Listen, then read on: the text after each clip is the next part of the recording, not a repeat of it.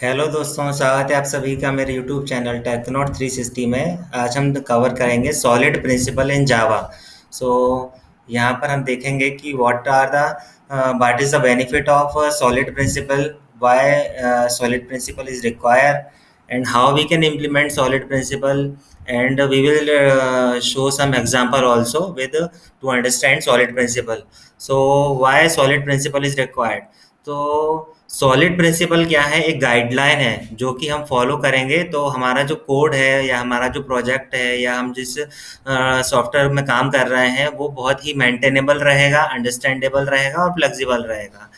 In case future में हमारा जो प्रोजेक्ट साइज है वो ग्रो करता है, सो जो कॉम्प्लेक्सिटी है वो हमारी कम हो जाएगी, बिकॉज कोड हमारा बहुत ही फ्लेक्सिबल है ना। तो इसलिए हम सॉलिड की प्रिंसिपल की जो गाइडलाइन है उसका यूज़ करेंगे।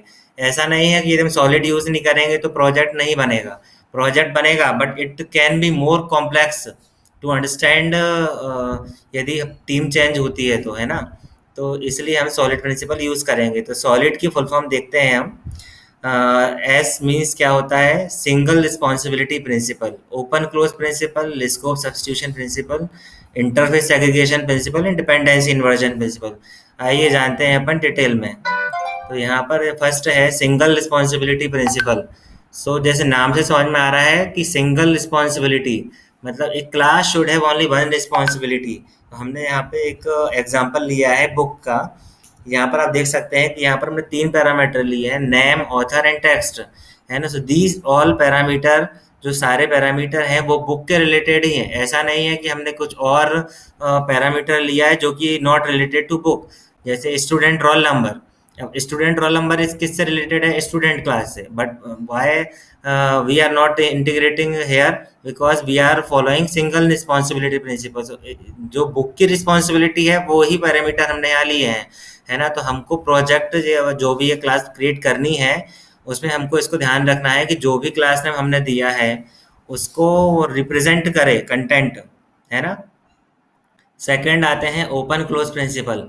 अब open close principle means a class should be open for extension and close for modification, है ना। यदि हम एग्जांपल लें तो नीचे हमने एक गिटार क्लास ली है, राइट। तो अब मतलब ओपन फॉर एक्सटेंशन मीन्स यदि सपोज करो मैं एक प्रोजेक्ट में लीडर हूँ, राइट। अब मैंने कोई बेस क्लासेस क्रिएट कर दी हैं एंड मैंने टीम से बोल दिया है कि team please use this class and implement your on classes and extend, you can extend my base class. तो यहाँ पर क्या किया, गिटार क्लास में जो फंक्शनैलिटी मिल रही है हमको वो तो हमको दे मिलेगी मिलेगी। ऐसे एक नई क्लास क्रिएट कर दी है सुपर कूल गिटार, है ना। अब इसने एक्सटेंड किया गिटार को, तो गिटार की जो फंक्शनैलिटी है वो हमको सुपर कूल गिटार में तो मिल ही रही है ना। और we can write our own functionality also. So we are open for extension and close for modification.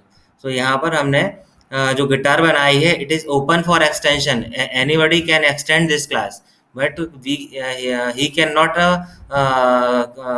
Change the base class, है ना। तो ये है अपना ओपन क्लोज प्रिंसिपल। अपन नेक्स्ट देखते हैं लिस्कोप सब्स्टिट्यूशन प्रिंसिपल। तो इसका क्या मतलब है? Object of super class should be replaceable with the object of sub class without breaking the flow of application, है ना। यदि हमने इसको फॉलो नहीं किया ना तो हमारा यदि कोई सपोज करो थर्ड पर्सन है वो अपना बेस क्लास का ऑब्जेक्ट क्रिएट करना चाहता है तो वहाँ पे एक्सेप्शन आ जाएगा। जैसे मैं एग्जांपल देता हूँ आपको।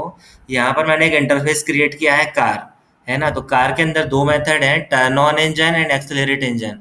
और यदि हम इस क्लास को इंटरफेस को इम्प्लीमेंट करेंगे मोटर कार में तो हमको ये दोनों इंटरफेस इम्प्लीमेंट किए हैं हमने, है ना। तो जो कि करेक्ट है ना। मोटर कार का इंजन टर्न ऑन भी होता है और एक्सेलरेट भी होता है, बिल्कुल सही है। अब हमने यही इंटरफेस को यदि हमने इलेक्ट्रिक कार में इम्प्लीमेंट किया तो वहाँ पे टर्न ऑन इंजन की ज़रूरत ही नहीं है, बिकॉज इलेक्ट्रिक कार में जो इंजन है वो अलग है और इसका यूज़ नहीं है ना।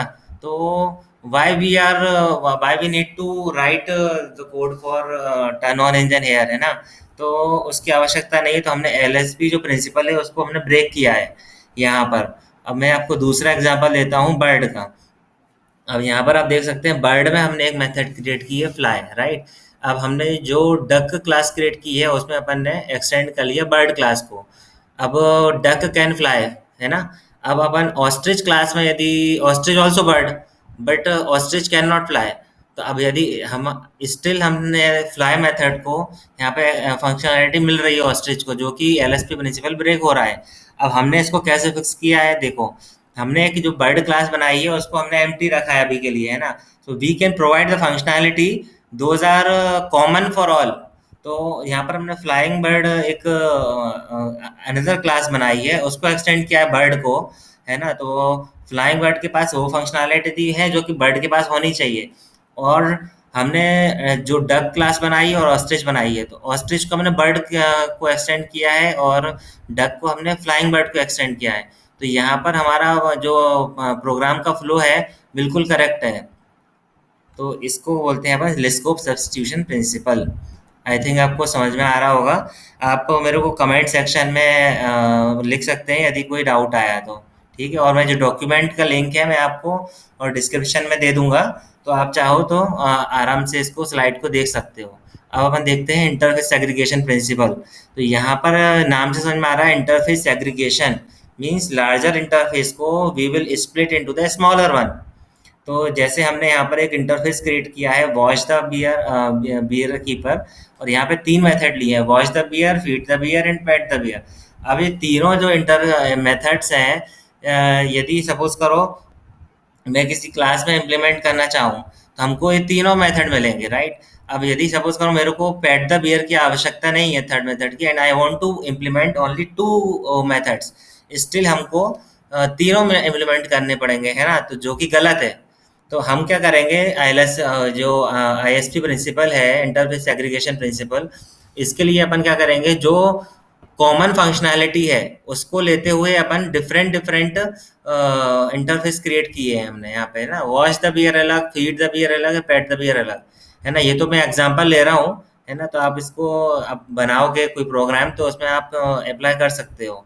तो यहाँ पर हमने जो बियर क्लास ले ली है, तो इसमें अपन ने क्या किया, ओनली क्लीनर और फीडर की जरूरत थी, तो हमने यही दो इंटरफेस को इम्प्लीमेंट किया है। हमको पेट द बियर नहीं चाहिए था, तो हमने तीसरा इम्प्लीमेंट नहीं किया, है ना। तो जो ज़रूरत है वही इम्प्लीमेंट करेंगे, जिसकी ज़रूरत नहीं है उनको नहीं करेंगे। तो इंटरफेस को, जो लार्जर इंटरफेस है, उनको हम डिवाइड कर देंगे कॉमन फंक्शनैलिटी के हिसाब से डिफरेंट डिफरेंट कैटेगरी में, है ना। तो इससे क्या होगा, इजीली कोड रेप्लिकेट नहीं होगा, है ना, और जो आवश्यकता है वही आप यूज़ करो।